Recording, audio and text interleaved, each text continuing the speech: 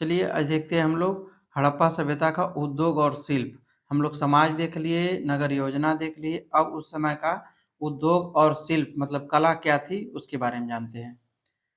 हड़प्पा वासियों ने विभिन्न प्रकार की कलाओं और शिल्पों में अच्छी दक्षता हासिल कर ली थी। उनके मुख्य शिल्प में मनके और जेवरात बनाना, शंख की चूड़ियाँ बनाना, हाथी दांत पर कला उकेरना और धातु का काम शामिल था। उनके मनके बनाने के काम को और निखारा तथा शंख, कार्लेनियन, जैस्पर, क्रिस्टल, स्टेटाइट व तांबा, कांसा, सोने जैसी धातु और टेराकोटा में अनगिनत विशेषताएं व सजावट के मनके व जेवरात बनाए गए। चहुंदड़ों और लोथल में उत्खनन से मनके बनाने वाली दुकानें मिली हैं। ठीक है। आगे देखते हैं इसमें उद्योग और शिल्प उत्पादन से संबंधित मुख्य विशेषताएं निम्नलिखित इनकी विशेषताएं देख लेते हैं। पहला है हड़प्पा वासियों ने मनके बनाने का काम जो को और निखारा मतलब और उसमें सुंदरता लाया।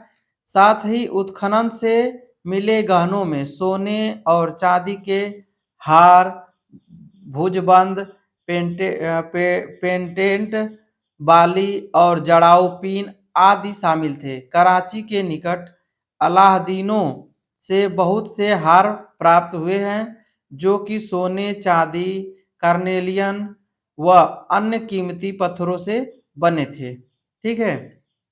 दूसरा ऑप्शन है इसका विभिन्न स्थलों से प्राप्त मूर्तियों से ज्ञात होता है कि हड़प्पावासी पुरुष और महिलाएं दोनों ही खुद को और अपने बालों को सजाना पसंद करते हैं।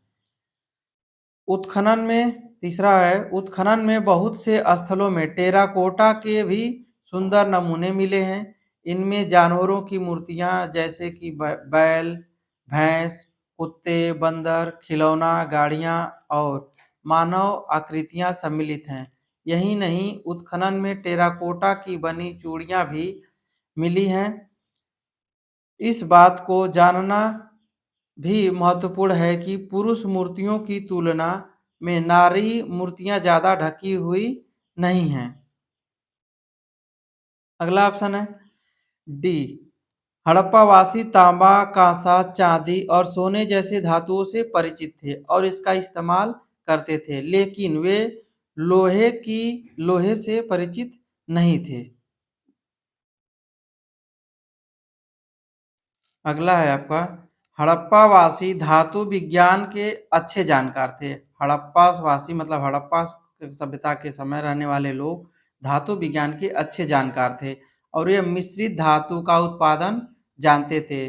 शिल्पकार तांबे के साथ साथ कांसे की कलाकृतियां भी जानते थे जो उनके द्वारा बनाए गए भाले, छुरियों, लोहे की छोटी तलवारों, शीशों, कुल्हाड़ियों, सुइयों, अंगूठियों और चूड़ियों में दिखती है। यहाँ यह जानना रुचिकर है कि शुद्ध तांबे की कलाकृतियों की संख्या मिश्रित कांसे से कहीं अधिक थी, लेकिन इसका यह अर्थ कतई नहीं है कि वे तकनीकी रूप से पिछड़े हुए थे। मतलब इसका यह मतलब नहीं कि वे लोग तकनीकी रूप से पिछड़े हुए थे, बल्कि यह बात इस संभावना की ओर इशारा करती है कि तामा उनकी सांस्कृतिक पसंद था। यह जानना भी आवश्यक है कि हड़प्पा वासियों द्वारा बनाए गए अधिकतर हथियार स्वरूप में रक्षात्मक थे, क्योंकि तलवार आदि जैसे हथियारों का कोई साक्ष्य प्राप्त नहीं हुआ है। ठीक।